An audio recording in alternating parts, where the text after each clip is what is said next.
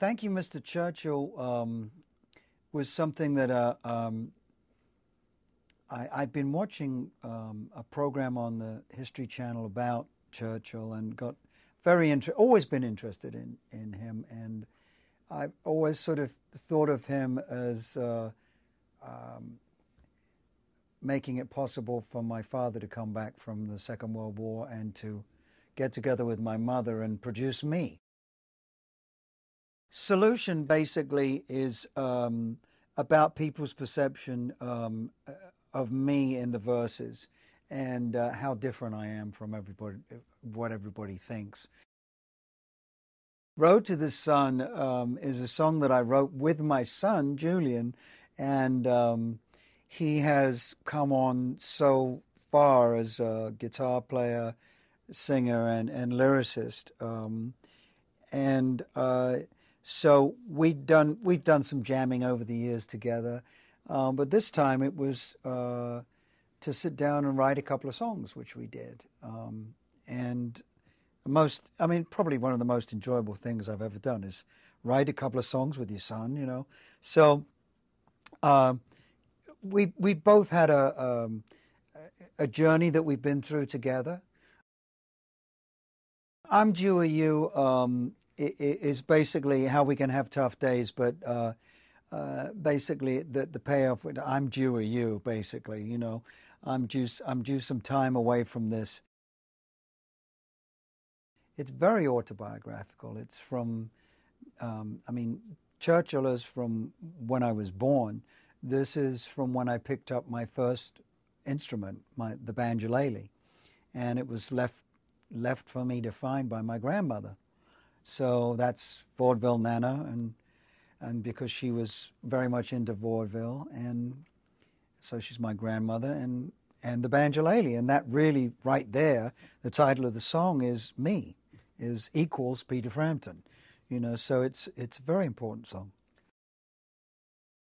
Asleep at the Wheel is I was watching, I believe it was Independent Lens, one of the really cool programs that we get to see on PBS.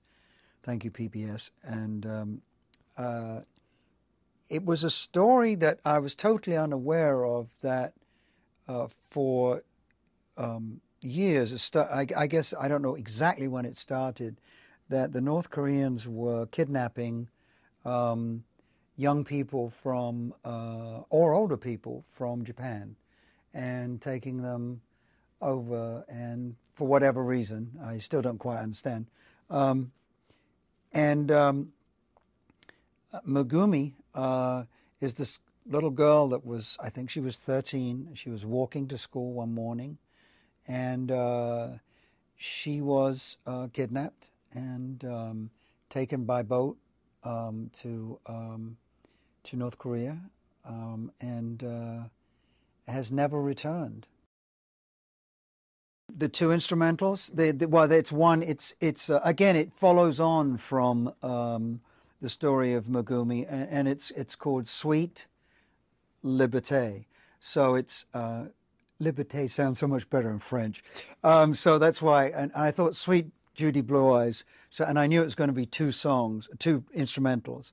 So I thought I'd link them together and have a suite of them. Restraint. Now there's that was an idea I had. It was the little riff was very spiky and very sort of ominous sounding, and so it sparked the idea of about the how I'm feeling a little on edge because of what's going on. You know, and right at that time was the Wall Street situation was going on, and all of a sudden we find out that, you know, all these people are living in the lap of luxury on other people's money, basically, that they've stolen, you know, and if it looks too good, it probably is too good, you know. I Want It Back is a riff that, first of all, that I started started evolving at the end of the last tour, live tour, and I started doing that intro riff, and got the people. All of a sudden, the audience started going, and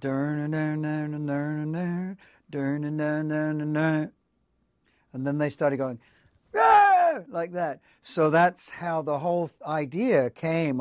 Came back after the tour and put "yeah" in there myself, and then started to find a verse. I knew that the riff, the heavy riff, was going to be like the chorus, and basically it's about the storyline is how you don't know what you've got until it's gone, sort of thing.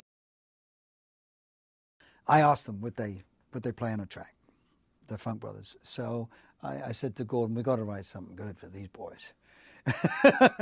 So it was Gordon's idea to try and make the lyrics out of as many Motown titles as we could. So we did, and Gordon's an incredible wordsmith, to say the least.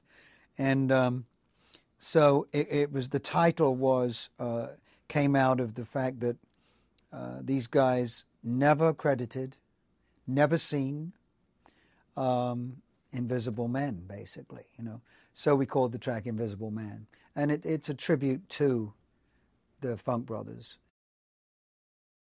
Black Ice is a very personal song. It's one of few of the very personal, what I've been through type of deals. But I'm working on my 8th year of sobriety, and taking it a day at a time. And it's basically, it starts off by going through that, what that's taken me through, and how even through the depths of despair, you've got to rely on yourself, but sometimes there's that special person that always is there for you.